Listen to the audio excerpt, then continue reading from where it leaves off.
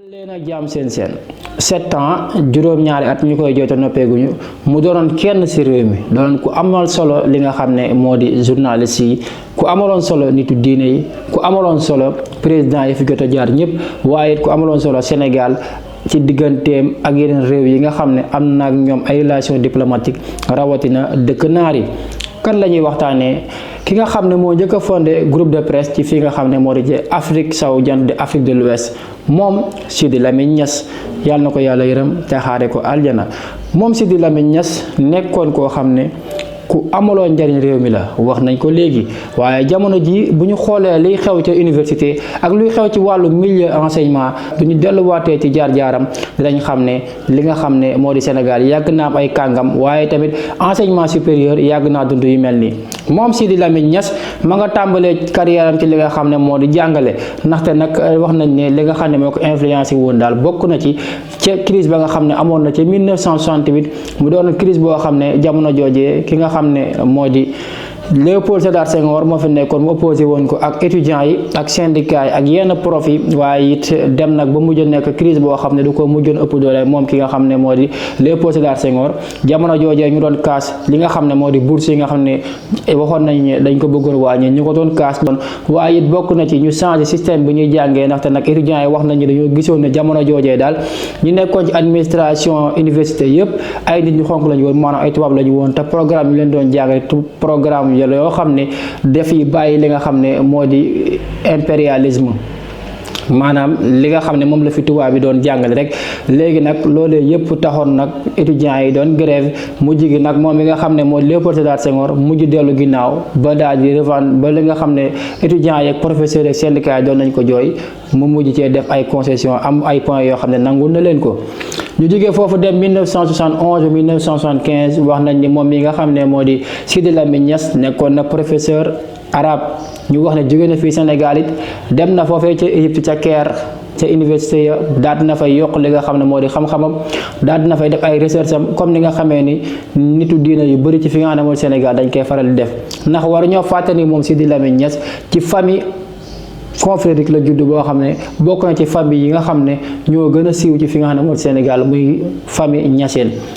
kon moom Sidi Lamine Niass doonoon na koo xam ne ku amaloon njariñ journaliste yi comme dama ko waxee léegi moo njëkk a formé groupe de presse maanaam am rajo am télé am site internet am tamit quotidien maanaam journal yi nga xam ne dañ koy jaay 100 francs chaque jour muy génn muy papier bi nga xam ne dañ koy téye kon moom Sidi Lamine Niass def na loolu ci fi nga xam ne moo ci Sénégal waaye moom ak Sidi Lamine Niass bi fi Abdou Diouf nekkee doon na ko conseil doxal na ko ay mission diggante Sénégal ak réewu golfe yi maanaam réewu arab yi ñu jëm ci wàllum li nga xam ne moo di diplomatie waaye it loolu teewul moom dafa nekkoon nit boo xam ne ci principe lay dox ba ànd ak yow day ànd ak yow ci dëgg looloo warloon léeg-léeg mu doon am ay wuute ci mel ni Abdoulaye Wade ak ci mel ni Macky Sall te doonte sax ñooñu ki ci nekk am na au moins loo xam ne doxal na la ko waaye nag moom mi nga xam ne moo di Sidi Lamine Niass dama ko waxee léegi nitu kàddu la woon nit la koo xam ne daa daan xeex li nga xam ne moo di injustice waaye nit la koo xam ne boo fexee ba génnee sa kàddu bis boo xëyee bëgg cee dellu day jàmmaarloog yow looloo taxoon moom ak Abdoulaye Wade léeg-léeg léeg-léeg ñu xuloo demoon nañ fi sax ba tëj li nga xam ne moo di téléem wala téléem bii di Walfadjri nga xam ne dañ koy wax la voix des sans voix maanaam télé bi nga xam ne moo yore kàddu ñi nga xam ne seen kàddu yeggul fenn fi mu doon télé boo xam ne demoon nañ ba Sénégalais di wax ne télé la boo xam ne takk morceau bu rouge rek moo fa ëpp luñ ko fay gis waaye li nga xam ne moo di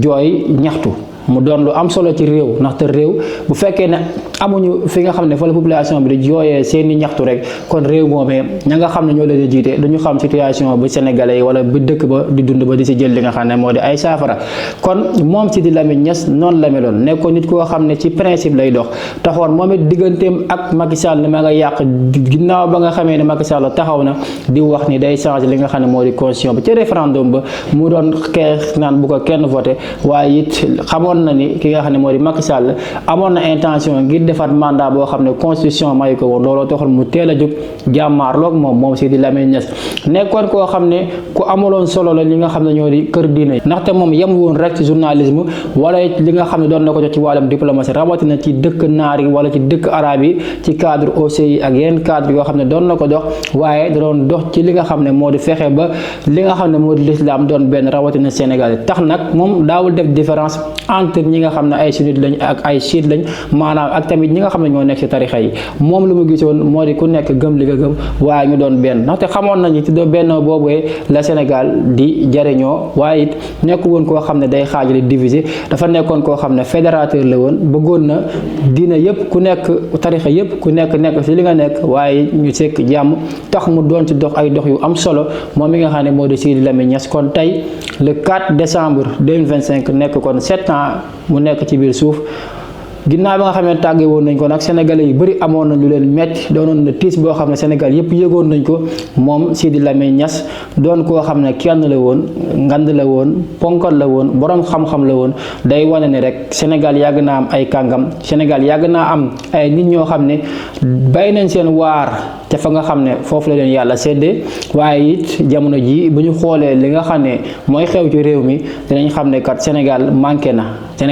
na ku mel ni Sidi Lamine Niass koo xam ne day taxaw télé carrément di wax dëgg gi te yow képp koo xam ne dëgg moo la tax a jóg di nga xam ne kii li muy wax nii kat dëgg la donte peut-être mu ngeen am ay li nga xam ne moo di wuute ci yenn point yi moom Sidi Lamine Niass kon Sénégal mi ngi koy jooy te noppeeguñ li nga xam ne doon na ko def ci réew mi ak li nga xam ne doon na ko dox ci diine ak li nga xam ne lépp doon na ko def ci lu baax yàlla na ko yàlla nangul te fulal ko étudiants yi ñu ngi xeex loo xam ne seen droit la ngala yow député bi wala ministre bi bul taxaw assemblée mu ko di wax joo xam ne day attiser le feu parce que étudiants yi ñi ci li ñuy xeex ñoom un acquis la ñoom li lay wax mooy un acquis ne se supprime pas ou ne se négocie pas kon yéen ñi nga xam ne yéen a nekk ci assemblée ba di wax day leen xool yan kàddu ngeen yëkkati parce que y a des propos yoo xam ne c'est frustrant day gën a yokk booy yi ñuy gën a mer di gën a xeex te xeex bi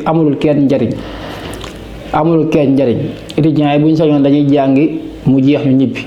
kon député yeeg ministres yi bu ñuy wax nañ yem ci cadre boobu mais booy xool seen discussion yéen day mel ni dañuy dem ba bëgg indi sujet boo xam ne wala loo xam ne ñoom dañ koo jencoon